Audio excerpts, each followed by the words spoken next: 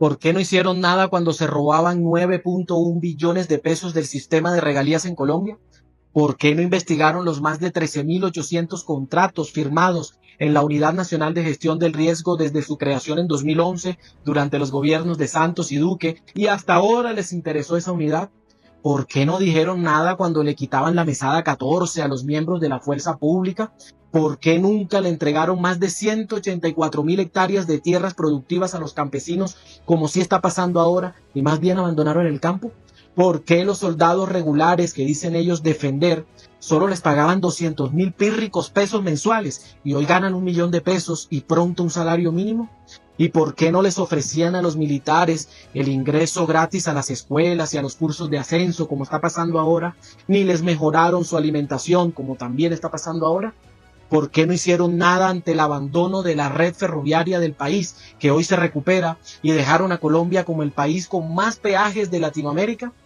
¿Por qué abandonaron por 60 años las vías veredales y terciarias del país, que hoy se están recuperando? ¿Por qué nunca intentaron bajar las tarifas de energía en la costa Caribe, ni se reunieron con las empresas comercializadoras de energía para cambiar la fórmula tarifaria, como sí está pasando ahora? ¿Por qué callaban y no hacían nada ante el saqueo a la salud en Colombia? 9 billones de pesos embolatados en 18 EPS. ¿Por qué antes no le daban las propiedades de la SAE a los hospitales públicos, a los campesinos y a la educación pública, como sí está pasando ahora, y más bien aparecían en manos de traquetos y politiqueros? ¿Por qué vendieron Isagen a precio de huevo, encareciendo la energía en Colombia y nunca dijeron nada? ¿Por qué callaron ante el saqueo al Ecopetrol por 80 millones de dólares durante 18 años robándose su petróleo? ¿Por qué le entregaron monómeros a Guaidó mientras encarecían los fertilizantes de alimentos en Colombia y lo callaban? ¿Por qué permitieron y callaban que se entregaran 79 notarías a congresistas para cambiar la Constitución y hacer reelegir a Uribe? ¿Por qué con ellos se perdieron 17 billones de pesos en Reficar? ¿Por qué se robaron 70.000 millones de pesos en el Mintic de Duque y no pasó nada? ¿Por qué permitieron el escándalo de Agroingreso Seguro, donde 16.500 millones de pesos que eran de los campesinos terminaron en manos de reinas de bellezas y grandes terratenientes?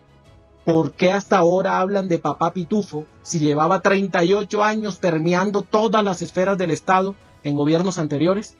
Todas estas preguntas se las formulo hoy a la extrema derecha y a la prensa de la gran corporación, que hoy se venden como los salvadores de un país que gobernaron siempre, acudiendo a toda clase de bajezas, de injurias, mentiras, de ataques a la vida privada y familiar del presidente Petro, de porquerías, de roñoserías contra el primer presidente popular de la historia de Colombia, que es Gustavo Petro, que en apenas un poco más de 2 años ha intentado con toda la nobleza y la voluntad llevarle unos cambios a este país que ya muchos son una realidad pese a la tarea tan dura.